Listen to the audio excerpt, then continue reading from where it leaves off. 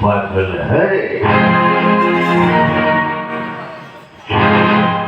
আমি যাবার বেলায় তোমাকে একটি কথা বলে যাই, যে আশায় তুমি মুখ বেঁধেছো সে আশা কোনোদিন তোমার পূর্ণ হবে না। সত্যই যদি ভগবান বলে কেউ থাকে, সত্যই যদি ঈশ্বর বলে কেউ থাকে, তোমার সে আশা কোনোদিন পূর্ণ হবে না। আমি তোমার সন্তান হয়ে আমি তোমার বলে গেলাম, আমার রাজা পূর্ণ হবে না।